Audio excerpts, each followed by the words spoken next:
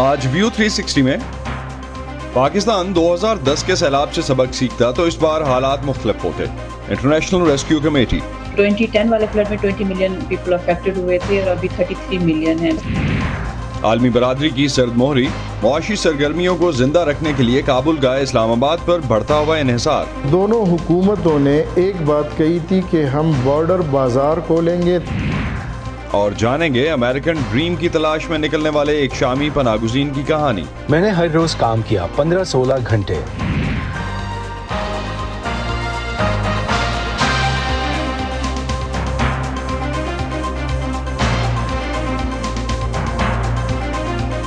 Voice of امریکہ کے Washington studios میں آپ سب کو خوش آمدید. آپ دیکھ رہے ہیں پروگرام ویو 360 اور میں ہوں اسد اللہ خالد. پاکستان میں حالیہ بارشوں اور سیلاب سے ملک کا 1/3 حصہ پانی میں ڈوب چکا. مالی اور جانی نقصانات بڑھتے جا رہے ہیں. پاکستان میں قدرتی آفات سے نمٹنے کے ذمہ دار ادارے NDMA کے مطابق ملک بھر میں سیلاب سے 1300 سے زائد افراد اپنی جانیں گنوا چکے اور 12,500 سے زائد زخمی ہیں. سیلاب زدہ علاقوں میں تباہی پھیل چکی. سندھ کے متاثرہ علاقوں میں پانی سے گھر تباہ ہونے کے بعد ہزاروں افراد شاہراہوں کے اطراف رہنے پر مجبور ہیں. یہ متاثرین امداد کی تلاش میں دن تو کسی نہ کسی طرح سے گزار لیتے ہیں، لیکن رات گزارنا ان کے لیے کسی چیلنج سے کم نہیں ہے. ان متاثرین کے بارے میں بتا رہے ہیں کاشف آوان اپنی اس رپورٹ میں. صوبہ سندھ کے سیلاب سے متاثرہ اضلاع کی کئی اہم شاہراہوں کے اطراف متاثرین خیمہ زن ہیں. جیسے تیسے کر کے متاثرین دن تو گزار لیتے ہیں، لیکن رات گزارنا ان کے لیے کسی امتحان سے کم نہیں. اس وقت ہم موجود ہیں ضلع مٹیاری کی تحصیل سعید آباد میں. یہاں بھی ایسے سینکڑوں افراد کھلے آسمان تلے رہ رہے ہیں جن کے گھر بارش اور سیلاب کی نظر ہو گئے ہیں. ان میں بچے بھی ہیں، خواتین اور بزرگ بھی، اور بیمار بھی. یہ لوگ اس آس میں بیٹھے ہیں کہ کوئی ان کی مدد کو پہنچے گا. گرمی، حبس اور مچھروں کی بہتات کی وجہ سے نہ دن کو چین ہے نہ رات کو آرام. چند خاندانوں کے پاس مچھردانیاں ہیں تو سر چھپانے کو کچھ موجود نہیں، لیکن بیشتر خاندان کھلے آسمان تلے ہی رہ رہے ہیں. اس گرمی میں بھی متاثرین مچھروں سے بچنے کے لیے رات بھر آگ جلائے رکھنے پر مجبور ہیں تاکہ آرام کی چند گھڑیاں میسر آ سکیں. پیٹ بھرنے کے لیے امداد لانے والی کسی گاڑی کا انتظار کرنا پڑتا ہے، ورنہ یہ لوگ لکڑیوں پر قہوہ بنا کر ہی گزارا کر لیتے ہیں. متاثرین اس انتظار میں ہیں کہ سیلابی پانی ان کے علاقوں سے اترے تو وہ واپس اپنے گھروں کو جا کر زندگی کا سفر دوبارہ شروع کر سکیں. ان متاثرین کی زندگیاں معمول پر آنے میں تو شاید ابھی وقت لگے گا، لیکن ان کا بے گھر ہونا کئی طرح کے مسائل بھی پیدا کر رہا ہے. ان حالات میں خواتین اور بچیوں کو جو چیلنجز درپیش ہیں ان میں ٹوائلٹس کی عدم دستیابی سر فہرست ہے. سدرا ڈار بتا رہی ہیں کہ خواتین اس مشکل وقت کو کیسے گزار رہی ہیں. اس میں کوئی شک نہیں کہ قدرتی آفات میں خواتین اور بچے سب سے زیادہ متاثر ہوتے ہیں. سیلاب متاثرین کو جہاں اس وقت پناہ اور خوراک کی اشد ضرورت ہے، وہیں کھلے آسمان تلے امداد کی منتظر خواتین کو ٹوائلٹ کی سہولت میسر نہ ہونے سے شدید پریشانی کا سامنا ہے.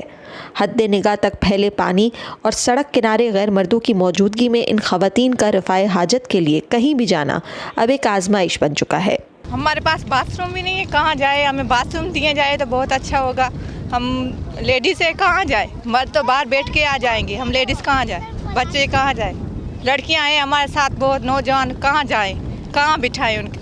مہربانی کر کے ہم کو ٹینٹ وغیرہ دیا جائے، باتھ روم وغیرہ دیا جائے. آپ لوگ عورتوں کو اگر باتھ روم جانا ہو تو آپ لوگ کیا کرتے ہیں؟ یہاں پہ تو ہے ہی نہیں باتھ روم. باتھ روم نہیں ہے تو کیا کریں؟ یہ راستہ ہے. ہم عورتیں صبح سویرے اٹھ کر ایک ساتھ بچوں کو لے کر رفع حاجات کے لیے نکلتی ہیں کہ کوئی دیکھے نہ. ہم کہاں جائیں؟ ابھی مجبوری ہے، برسات ہو گئی، گھر نہیں، اس لیے اس کے بغیر گزارا کرنا ہماری مجبوری بن گیا ہے.